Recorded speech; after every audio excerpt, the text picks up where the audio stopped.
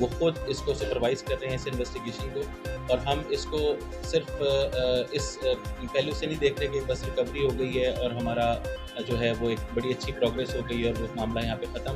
ہم انشاءاللہ اس کو بیک ٹریک کریں گے، اور اس میں ایک کردار اور بھی سامنے آیا ہے جو کہ مین سپلائر ہے، جو کہ منشیات کو لے کر آتا ہے پشاور سے، اس کے اوپر بھی ہم کام کر رہے ہیں، اور انشاءاللہ اس کو ہم انرتھ کریں گے، اور اس میں ہمیں امید ہے کہ مزید بھی ہمارے لوگ کچھ گرفتار ہم کریں گے اور مزید بھی اس میں کافی حد تک ریکوری کی جائے.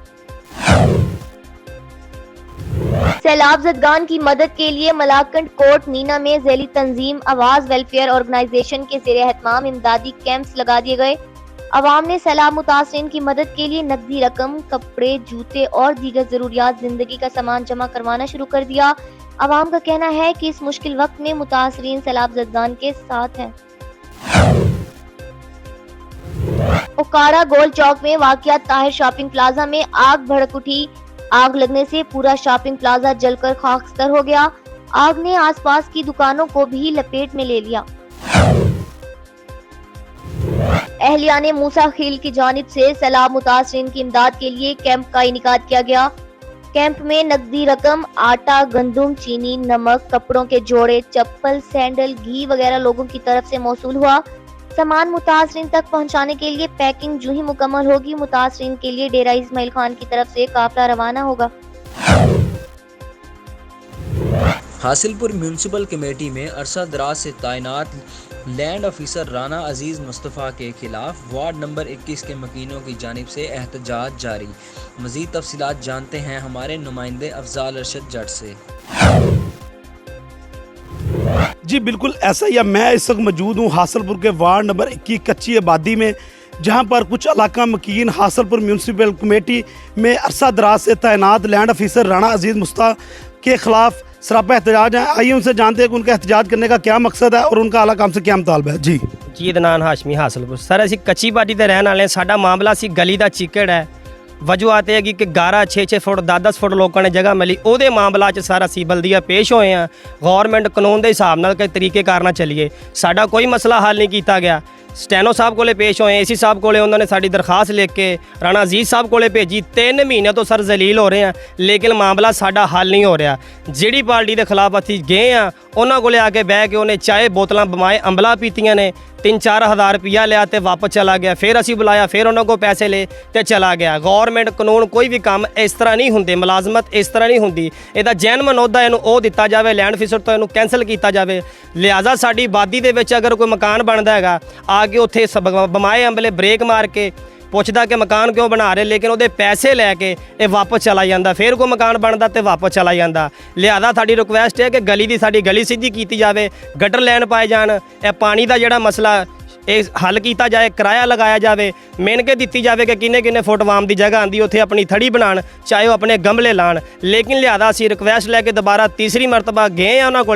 سانو دھمکی دیتی گئی غریب عوام نو، ساری آبادی نو کہ پیسے دیو تے کام ہوئے گا، نہیں تے تہاڈے مکان ٹائے جان گے. لہٰذا ساری گزارش ہے وڈے افسران آگے کہ یہ معاملہ ساڈا حل کیتا جاوے. یہ جینمن عہدہ اینو اس تے لیا جاوے. علاقہ مکین کا یہی کہنا تھا کہ رانا عزیز لینڈ آفیسر جو یہاں سے آگے کچی آبادی میں آتا ہے، جو مکان بن رہا ہوتا ہے وہاں پہ آگے منتھلی وصول کرتا ہے. ہم ایک چھوٹے سے کام کے لیے رانا عزیز مصطفیٰ کے پاس گئے. جب اس حوالے سے اس کے پاس گئے ہیں، اے سی صاحب کو ہم نے درخواست دی، انہوں نے مارک کر کے لینڈ آفیسر رانا عزیز کو دی. وہ یہاں پر آیا اور ہماری دوسری مخالف پارٹی کے پاس آیا اور آگے 3 سے 4 ہزار لے کے وہاں سے ہمارے سامنے بوتل پی کے واپس چل گیا. اور اس کا اصل میں یہ ہوتا بنتا ہی نہیں. ہمارا قمتے وقت حاصل پور انتظامیہ ڈپٹی کمشنر بالپور سے یہ مطالبہ ہے اس کا جو عہدہ ہے اسے وہ دیا جائے اور ہمیں انصاف دیا جائے. حاصل پور میں حکومت کی جانب سے عوام کو ریلیف دینے کے لیے یوٹیلیٹی سٹورز تو بنائے گئے ہیں، مگر ان یوٹیلیٹی سٹورز پر غریب عوام کی جانب سے سفارشات پر نوازا جا رہا ہے. تفصیلات جانتے ہیں ہمارے نمائندہ افضال ارشد جٹ سے. جی افضال ارشد، کیا تفصیلات ہیں؟ جی بالکل ایسا ہی ہے. میں اس وقت موجود ہوں حاصل پور کے علامہ اقبال پارک کے سامنے یوٹیلیٹی سٹور پہ، جہاں پر عوام ذلیل و خوار ہونے پر مجبور ہے. سامان نہ ملنے کی وجہ سے عوام ذلیل ہو رہی ہے. میرے ساتھ اس وقت کچھ شہری موجود ہے، آئیے ان سے جانتے ہیں کہ ان کا اس حوالے سے کیا کہنا ہے. جی سر، بات یہ ہے کہ یوٹیلیٹی سٹور ہے، گورنمنٹ نے بنایا عوام کی سہولت کے لیے، غریب عوام کے لیے، لیکن یہاں پہ غریبوں کو کچھ نہیں مل رہا. صبح 7 بجے سے لائن میں لگے ہوئے ہیں،